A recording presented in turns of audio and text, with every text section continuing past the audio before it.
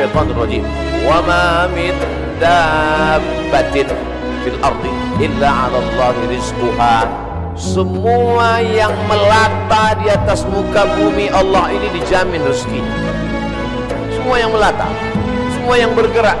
Setelah diteliti oleh para ulama, dabbah artinya binatang, selalu diterjemahkan dabbah, dabbatul ardi. Binatang yang berjalan di atas muka bumi ini dijamin Allah Ta'ala rezekinya. Kenapa disebutkan binatang? Kenapa tidak disebut wa ma min insanin, wa ma min nasin? Tidak ada manusia yang tidak dijamin rezekinya. Digunakan kata yang paling rendah, paling hina, paling kotor, binatang. Kalau binatang saja dijamin rezekinya, apalagi yang mulia. Karramna bani Adam ala katsirin minal khalqi wa faddalnahum tafdila. Di antara semua makhluk ini manusia yang paling mulia. Khalaqnal insana fi ahsani taqwim. Dari bentuk susunan fisiknya paling sempurna, dari bentuk keseimbangan antara akal dengan nafsunya juga sempurna. Ada yang satu ini nafsu aja, tak ada akal, binatang. Ada yang satu ini akal saja, tak ada nafsu, malaikat. Makanya kalau ada teman kita nafsu aja, tak ada akal, kita udah tahu dia sama kayak kemana. Maka paling sempurna bentuknya, keseimbangannya manusia. Tapi Allah tidak sebutkan manusialah yang kujamin rezekinya, tidak. Allah sebutkan yang paling hina. Kalau binatang yang kotor tidak berakal saja dijamin Allah rezekinya, apalagi manusia. Maka ada ungkapan pepatah orang Melayu, rezeki musang tidak akan dihabiskan harimau. Rezeki musang tak akan pindah ke mulut harimau. Secara fisik harimau lebih besar, secara fisik harimau lebih buas, lebih gagah, lebih tajam taringnya. Raja hutan, raja rimba. Musang biasa saja. Bahkan ada musang yang paling keren ya kopi luwak, karena itulah makanan dia. Tapi rezeki musang tidak akan mungkin dihabiskan harimau. Kalaulah gara-gara harimau musang itu tidak makan, maka sudah lamalah musang itu punah dan musnah, tidak ada lagi di permukaan bumi. Tapi sampai hari ini musang masih tetap ada dan harimau pun tetap ada. Begitu Allah Subhanahu wa Ta'ala mencari, menyediakan rezekinya. Binatang yang melata, melatanya tidak pula di atas tanah, justru dia unik. Kalau binatang yang lain kakinya di atas tanah, kepalanya dia justru terbalik, justru kaki dia yang ke atas, dia yang ke bawah. Bukan Spiderman, cicak. Makanannya pun luar biasa. Yang dia makan tidak melata, tapi yang terbang, nyamuk, bisa juga dia makan. Jadi kalau ada orang dikasih Allah Ta'ala tangan, kaki, kudrat, iradat, kemauan, kehendak, dikasih Allah Ta'ala akal sehat, badan sehat, segar bugar, tapi cemas dengan rezekinya, dia mestinya malu dengan cicak. Kemudian bagaimana Allah Subhanahu wa Ta'ala membagi rezeki itu? Lau tawakkaltum 'ala Allah haqqa tawakkuli. Kalau kamu bertawakal kepada Allah sebenar-benar tawakal, la razaqakum kama ruziqat thair. Kamu diberi Allah rezeki sebagaimana seekor burung mendapatkan rezeki. Bagaimana seekor burung mendapatkan rezeki? Taghdu khimasan wa taruhu bitanan. Terbang keluar sarang pada waktu pagi dalam keadaan perut kosong dan pulang dalam keadaan perut kenyang. Sampai hari ini belum ada burung yang tidak mau terbang karena khawatir dapat rezeki atau tidak. Burung merpati terbang tinggi, tahu dia di mana letak sarangnya dan pulang dia dalam keadaan perut kenyang. Padahal yang diberikan Allah kepada dia cuma dua, paruh dengan cakar kakinya. Dengan dua itu bisa dia makan. Uniknya burung-burung ini adalah makanannya berada di dalam air, dia di atas udara, lalu kemudian dia hanya sebentar saja memantau, masuk dia ke dalam dan bisa diangkat kembali. Kalau tidak percaya pada isi ceramah saya ini, sering-sering nonton film yang isinya binatang aja, tentang flora dan fauna, tentang hewan, tentang burung. Aneh dan uniknya, yang menyuruh kita untuk mempelajari binatang hewan ini adalah Allah SWT. Tapi yang mempertontonkan kita, kameramennya sampai berbulan-bulan di dalam hutan untuk menampilkan, hanya memperlihatkan seekor burung bisa menangkap seekor ikan, untuk memperlihatkan bagaimana Allah membagi rezeki kepada kita. Sesungguhnya di balik konten yang luar biasa ada kameramen yang sangat tersiksa. Jadi besar sekali jasa kameramen. Jadi nanti kalau beberapa hari ini akan keluar gambar Abdul Somad ceramah di Masjid Sudah Kelapa, sedang begini kameramen. Kameramen insyaallah masuk surga sama kamera-kameranya sekalian. Saudara yang dimuliakan, cuman kameramen kalau bisa matanya harus seimbang, jadi jangan selamanya begini, jadi sekali-sekali. Saya khawatir nanti setelah tua matanya begini. Selalu ada keseimbangan. Saudara yang dimuliakan Allah SWT, kamera itu pun juga adalah rezeki. Kenapa? Yuntafa'u bihi. Kapan kamera menjadi rezeki? Ketika dia bermanfaat. Kalau kamera hanya untuk mengambil gambar orang yang membuka aurat, maka itu bukan kamera rezeki, itu namanya kamera Sony. Itu namanya kamera laknat. Itu namanya kamera yang mendatangkan, bukan pada mereknya, bukan pada kameramennya, tapi apakah dia mendatangkan manfaat atau tidak. Begitu Allah SWT memberikan rezeki. Suatu ketika ada salah seorang dari wali-wali Allah, setelah mendengar ceramah Ustaz bagaimana perjalanan Ustaz berdakwah, bagaimana perjuangan Ustaz, saya menganggap Ustaz salah seorang dari wali-wali Allah. Kata jamaah, mendengar itu saya kok saya ini wali murid. Kaedah kewalian, la ya'riful wali illal wali. Yang tahu bahwa itu wali adalah wali juga. Jadi kalau ada orang mengatakan menurut saya Kiai Anu itu wali, berarti dia wali. Lalu siapa yang tahu bahwa dia wali? Kamu mengatakan Kiai itu wali? Ya. Terus yang ngangkat kamu jadi wali siapa? Saya sendiri. Ini namanya buceri, bule ngecat rambut sendiri. Karena dia klaim saja ada seorang wali Allah. Seorang wali Allah ini berjalan, dalam perjalanan panjangnya dia melihat ada seorang wali Allah juga yang duduk di gurun pasir hanya berzikir. Lalu wali yang berjalan bertanya kepada wali yang duduk, kamu kenapa duduk dari tadi tidak cari rezeki? Kata wali yang duduk, apa kau tidak tahu firman Allah, wa ma min dabbatin fil ardi illa 'ala Allahi rizquha. Semua makhluk yang melata di atas muka bumi Allah, rezekinya sudah dijamin Allah. Percaya kau pada ayat ini? Percaya, aku wali Allah. Kalau percaya kepada ayat bahwa rezeki dijamin Allah, untuk apa lagi kita cari rezeki? Kalau kau tidak percaya bahwa rezeki dijamin Allah, lihatlah di atas pohon kurma ini. Ada seekor burung, sejak telurnya menetas, sayapnya patah. Sayapnya patah, dia tidak bisa terbang, tapi dia tetap menjadi burung yang besar di atas pohon kurma. Kenapa? Kita lihat nanti. Tak lama terlihat datang burung lain membawakan makanan. Datang burung membawakan cacing, datang burung membawakan ikan. Naik ke atas pohon kurma yang di atasnya ada seekor burung yang patah sayap. Begitulah kalau Allah berkehendak, rezekinya dijamin Allah, dia tidak perlu terbang. Datang burung lain membawa. Burung yang datang ini bukan ojek online. Burung lain datang membawakan tanpa perintah manusia. Allah memerintahkan hatinya. Oh, begitu ya. Lalu apa kata wali Allah yang berdiri kepada wali Allah yang duduk? Kenapa kau tidak amalkan sunnah al-yadul ulya khairum minal yadis sufla? Kenapa engkau tidak memilih menjadi burung yang mendatangkan cacing dan ikan?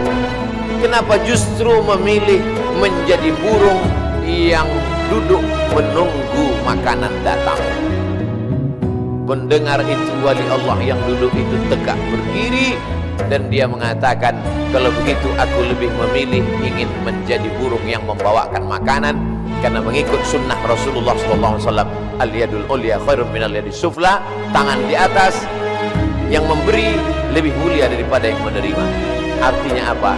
Dengan rezeki, mencari rezeki, punya rezeki bermanfaat, maka orang itu lebih tinggi derajatnya daripada beriman, yakin, tapi hanya menanti menunggu. Makanya dalam Islam diajarkan al-mu'minul qawiyyu, seorang mukmin yang kuat, kuat fisiknya, kuat otaknya, kuat ilmunya, kuat finansialnya, kuat duitnya.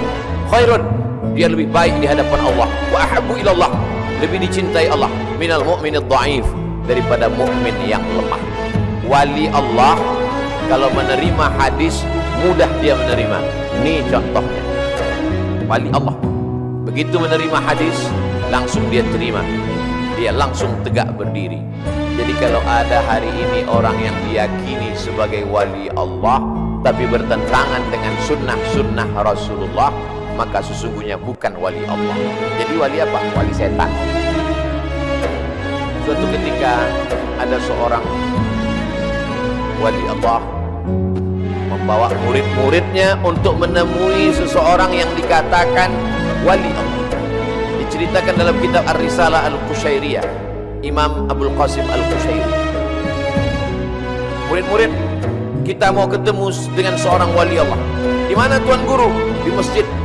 Dia tidak pernah keluar masjid, dia dalam masjid.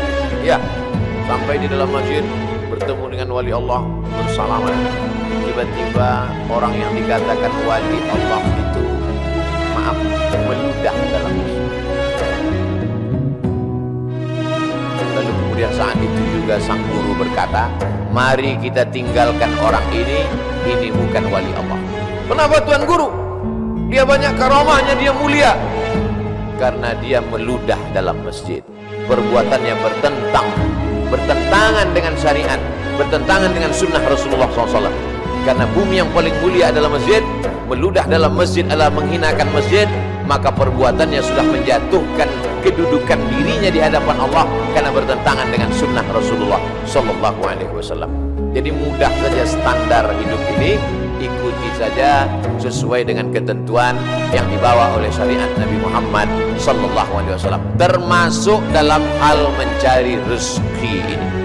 Kalau dia ikuti sunnah Rasulullah dengan cara yang halal, maka itu berarti dia adalah termasuk umat Muhammad SAW. Dia kaya Pak Ustaz, mobilnya mewah, mahal, rumahnya megah, hebat, tapi tidak pernah keluar rumah cari rezeki. Jangan-jangan punya babi ngepet, jangan-jangan tuyulnya 3 kontainer. Nahnu nakumu bizawahir, kita menghukum orang itu dengan melihat zahirnya. Yang tahu batinnya hanya Allah Subhanahu wa taala. Wallahu yatawallas sarair. Ini pembahasan tentang rezeki. Lalu kemudian hubungannya dengan pandemi. Pandemi artinya wabah penyakit yang menyerang serentak pada satu masa di beberapa negeri. Itu arti pandemi menurut Kamus Besar Bahasa Indonesia. Dengan pandemi kata orang, pandemi juga kata kita. Pas ditanya orang apa itu pandemi, ya masih sejenis demi-demi juga.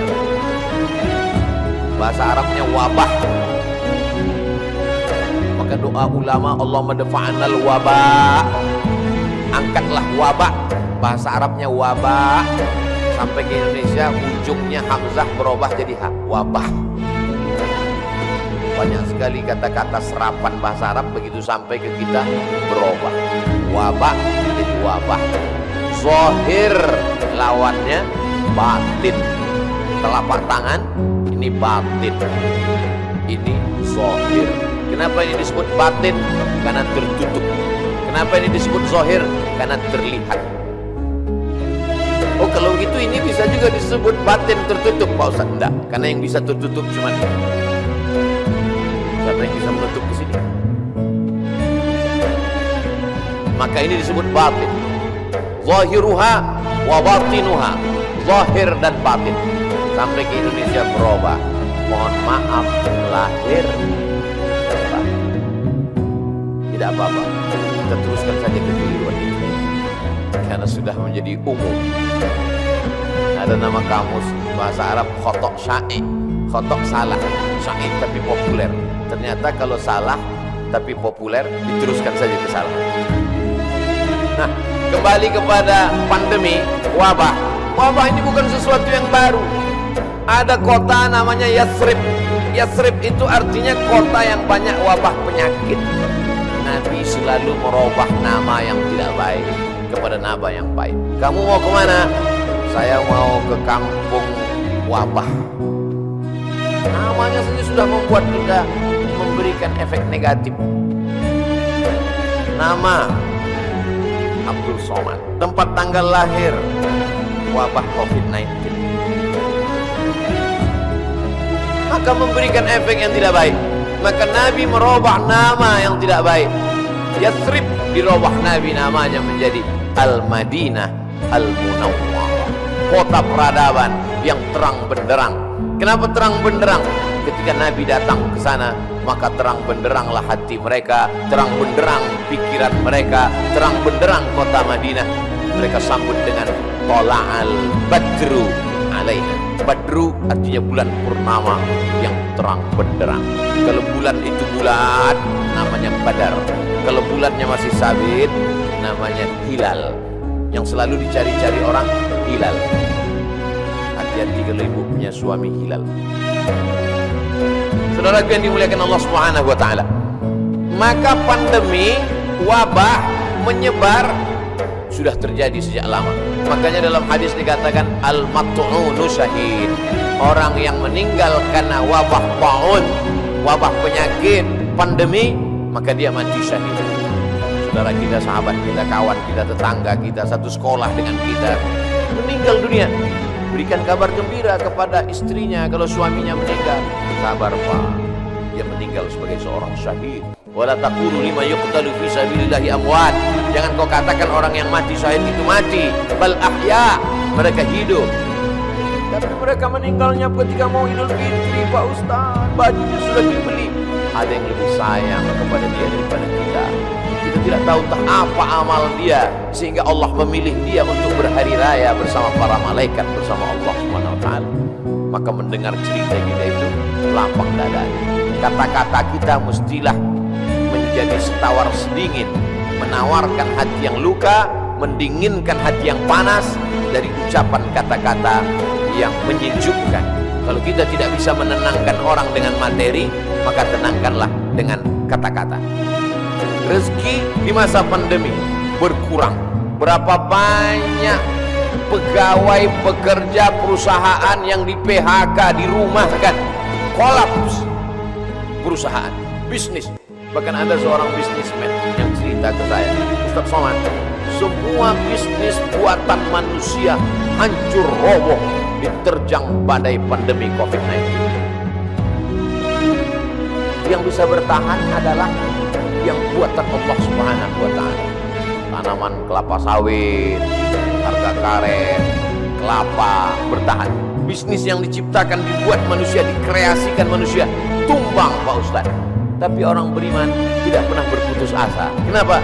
Karena dia melihat, memandang itu sebagai hakikat yang datang dari Allah Subhanahu wa taala. Dia berpikir cerdas. Dulu ketika rezeki saya lancar, bisnis saya sampai tidak sempat ke masjid Ustaz, sampai tidak sempat ikut pengajian.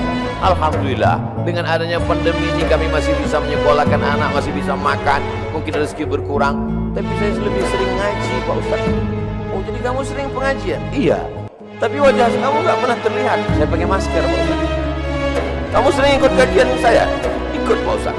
Tapi saya nggak pernah ngelihat kamu. Saya jamaah online Pak Ustaz. Insya Allah yang ikut pengajian online, surganya tetap offline. Jangan khawatir. Ini ada juga ustaz-ustaz yang menakut-nakuti jamaah. Yang selama ini hanya online saja, surganya pun online. Untung jamaahnya kurang cerdas. Kalau jamaahnya cerdas, mana ada surga online? Surga online itu surga bid'ah. Saudara yang dimuliakan Allah Subhanahu wa taala, jadi ketika kita melihat sesuatu itu dengan perenungan, maka sesungguhnya ada hikmah yang luar biasa di balik apa yang diberikan Allah. Asa an takrahu syai'an, boleh jadi kau benci sesuatu, wa khairul lakum, tapi di balik kebencian kamu itu ada manfaat, hikmah yang luar biasa.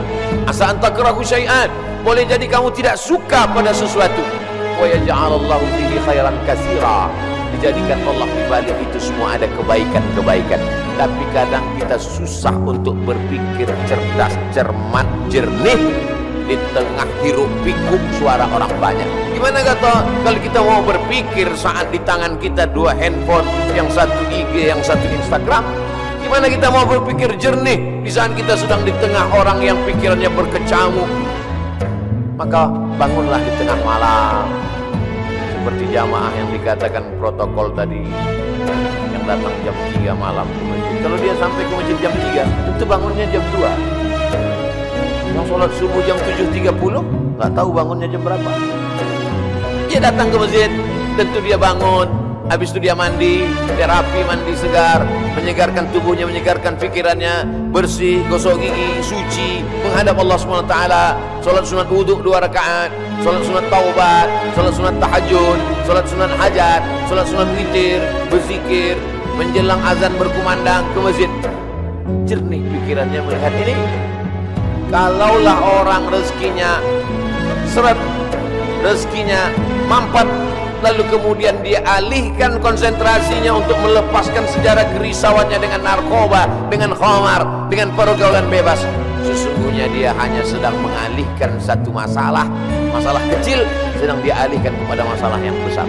Gimana ibu? Bisnisnya sejak Covid ini makin turun atau makin? Alhamdulillah Pak Ustaz, alhamdulillah ada Covid. Alhamdulillah pula dia bilang ada Covid. Kenapa? Selama ini saya kalau mau buka usaha mesti sewa ruko, mesti sewa tempat. Hari ini saya bisa bisnis online Pak Ustaz. Saya cukup buat pasang iklan, masak di dapur sendiri, menggunakan jasa teman-teman yang bisa mengantar, akhirnya makan. Berapa banyak saudara-saudara kita yang hari ini bisnisnya tetap berjalan. Dengan cara apa? Dengan cara online. Cara menyampaikan makanannya saja yang online, makanannya tidak online. Bukan berarti makanan itu digambar lalu dikirim. Makanannya tetap diantarkan dan berjalan. Kenapa? Karena ketika kita duduk dengan tenang, maka akan ada ide-ide yang diberikan Allah Subhanahu wa taala. Yang menenangkan hati itu siapa? Allah. Huwallazi anzala sakinata. Allah taala yang menurunkan ketenangan fi qulubil mu'minin, ke dalam hati orang beriman. Tapi tidak semua bisa begini. Apotik jual obat, minyak kayu putih, haba sauda, madu. Justru di musim-musim ini peningkatannya luar biasa. Kenapa? Karena orang takut. Kalau orang takut, dia cemas, dia ngeri, dia suka minum herbal, lalu kemudian dia dengarkan hadis yang disampaikan Ustaz. Habbatu sauda syifa'un min kulli da. Habba sauda, jintan hitam Arab, obat dari segala macam penyakit. Yang tidak bisa diobatinya hanya tua dan mati saja. Yang lain daripada itu bisa diobatinya. Alaikum bisyifa'aini, hendaklah kamu berobat dengan 2 penyembuh, al-asal, madu, wal Qur'an. Wa nunazzilu minal Qur'ani ma huwa syifa. Kami turun Al-Qur'an itu sebagai obat, sebagai penyembuh, sebagai penawar. Maka diamalkan mereka ruqyah, habba sauda, herbal, madu, jintan, kostul hindi, maka luar biasa. Tapi saya tidak bisa berpindah dari bisnis ini ke sini Pak Ustaz. Loh, yang mengatakan engkau tidak bisa bisnis dari pakaian ke herbal itu siapa? Kita sendirilah yang mengkerangkeng pemikiran kita. Kita yang membuat aturan, kita yang membuat diri kita terjebak. Saya sudah usaha pakaian, maka saya tidak bisa berpindah ke usaha lain. Yang membuat kaedah itu dia dia sendiri, dia sendiri membuat kerangkeng, dia sendiri yang berada di dalam, dia sendiri yang menguncinya. Itu sama seperti orang yang membuat kerangkeng besi, dia masuk ke dalam, dia kunci dari dalam, dia buang kuncinya keluar. Dia mengkerangkeng dirinya. Kamu bisa berpindah dari dagangan pakaian ke jualan herbal, berpindah dari berdagang bisnis ini beralih ke sini. Itu adalah pilihan yang ada pada diri kita sendiri. Ada pilihan yang tidak bisa kita pilih. Abdul Somad menjadi orang Melayu, datang dari Pulau Sumatera, itu tidak bisa kita memilih. Saya tidak bisa memilih. Malaikat tidak pernah dulu memberikan saya pilihan di alam rahim, Abdul Somad kau mau jadi orang mana? Mau jadi orang Amsterdam atau mau jadi orang Riau? taala. Itu bukan pilihan saya, itu pilihan takdir dari Allah Subhanahu wa taala. Tapi ada masanya kita bisa memilih antara bisnis ini atau ini, beralih ini atau ini. Ustaz, ada yang mau saya tanyakan Ustaz? Ya silakan. Bolehkah saya beralih bisnis? Boleh. Yang tak boleh beralih ke lain hati. Saudaraku yang dimuliakan Allah Subhanahu wa taala. Jadi bagaimana tiba-tiba pikiran kita menjadi sempit sampai tidak nampak solusi? Bagaimana tiba-tiba hati kita ini menjadi beku sampai semuanya terasa menyulitkan, menyusahkan kita? Maka Allah Subhanahu wa taala memberikan kita kelapangan. Man lazimal istighfar, siapa yang melazimkan istighfar, mengistiqomahkan, mengamalkan istighfar, ja'alallahu lahu min kulli dhiqin makhraja. Habis waktu ceramah, matahari terbit. Hebatnya di Masjid Agung Sunda Kelapa, setiap matahari terbit bunyi alarm. Setiap matahari terbit bunyi alarm. Setiap matahari terbit bunyi alarm. Lama-lama jamaah mengambil kesimpulan bahwa kalau alarm tidak berbunyi, matahari tidak terbit. Kalau ada usaha, baru ada rezeki. Kalau ada usaha, baru ada rezeki. Kalau ada usaha, baru ada rezeki. Kalau tidak ada usaha, berarti tidak ada rezeki. Rezeki terbagi dua. Ada rezeki yang bersifat mauhibah, pemberian Allah. Ada yang bersifat al-kasbu, usaha. Dan berapa banyak rezeki yang berdasarkan pemberian Allah Ta'ala jauh lebih besar daripada usaha. Tapi jangan gara-gara ini lalu orang tidak mau berusaha. Usaha datang dari kita, pemberian datang dari Allah. Cobalah tanya bisnismen orang-orang kaya itu, apakah dari usahanya itu datang? Berapa banyak usahanya biasa saja, tapi pemberian Allah Subhanahu wa taala luar biasa. Yang dinilai Allah adalah bagaimana seorang hamba berusaha. Itulah ahlus sunnah wal jamaah. Adapun orang yang berpangku tangan menunggu hujan turun dari langit, mereka adalah ahlul bid'ah wal dhalalah. Namanya kelompok Jabariyah. Jabr, al-jabr. Ada wali nikah itu namanya wali majbur, wali yang boleh memaksa. Jabariyah orang yang terpaksa. Kata dia, hidup dia ini terpaksa karena takdir. Kau kenapa tidak berusaha? Semua sudah ditakdirkan. Kau kenapa mabuk? Saya tidak ada niat mabuk Pak Ustaz, saya terpaksa karena takdir. Dua salah dia. Pertama, dia berbuat dosa. Yang kedua, dia mengkambing hitamkan Tuhan atas segala dosa-dosanya. Maka orang seperti ini dihukum double oleh Sayyidina Umar bin Khattab. Pada zaman Umar pun spesies manusia seperti ini sudah ada. Yang sekarang ini hanya pengikut-pengikutnya saja, neonya, model barunya muncul zaman modern ini. Maka orang seperti ini bukan ahlu sunnah. Ahlu sunnah adalah berkeyakinan bahwa rezeki dijamin Allah, tapi dia juga berusaha. Menurut Imam Abul Hasan al-Ash'ari, maka itu yang disebut dengan al-kasbu wal ikhtiar. Ada usaha. Subuh ini saya sudah ditakdirkan Allah Subhanahu wa taala ada 2 minuman yang berada di atas meja ini, walaupun nampaknya 3, yang minuman 2, yang ini hand sanitizer. Lalu kemudian saya boleh memilih antara 3 ini. Yang mana yang mau dipinum, boleh pilih. Mau yang ini atau yang ini, tapi jangan yang ini. Ketika dia sudah diberikan kepada saya, maka ini milik saya, ini udah takdir saya, ini ketetapan untuk saya. Tapi saya mesti menggerakkan tangan saya, mesti memasukkannya ke mulut saya. Semuanya datang dari Allah. Gerak ini tangan bisa bergerak, itu pun dari Allah. Hati ini untuk condong kemana, itu pun dari Allah. Itulah mengapa dikatakan wallahu khalaqakum wa ma ta'malun. Allah menciptakan kamu dan perbuatan kamu. Perbuatan kamu itu pun juga ciptaan Allah, karena semua datang dari Allah. Menulis, tangan yang menulis ciptaan Allah. Pena, kertas, itu pun ciptaan Allah. Maka dikatakan bahwa kamu dan perbuatan kamu adalah ciptaan Allah. Tapi kita punya pilihan. Wa nafsin wa ma sawwaha, demi jiwa dan penciptaannya. Fa alhamaha fujuraha, ada jalan kiri, jalan fujur, jalan bengkok, jalan hitam. Wa taqwaha, jalan kanan, jalan baik, jalan putih. Maka kita tinggal memilih. Ketika pilihan kita benar, kita dapat surga. Walladzina amanu wa 'amilus shalihati ulaika ashabul jannah.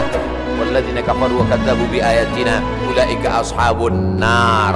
Jangan dengan penuh kesadaran sendiri menabungnya di bank konvensional haram, duitnya duit riba, dimakan dengan penuh kesadaran. Jika ditanya, kau makan riba? Iya, tapi ini haram. Takbir, susah saya menolak. Tidak bisa begitu, karena kita punya pilihan untuk mengalihkan dia dari konvensional ke syariah. Kita punya pilihan untuk memilih antara yang haram dengan yang halal.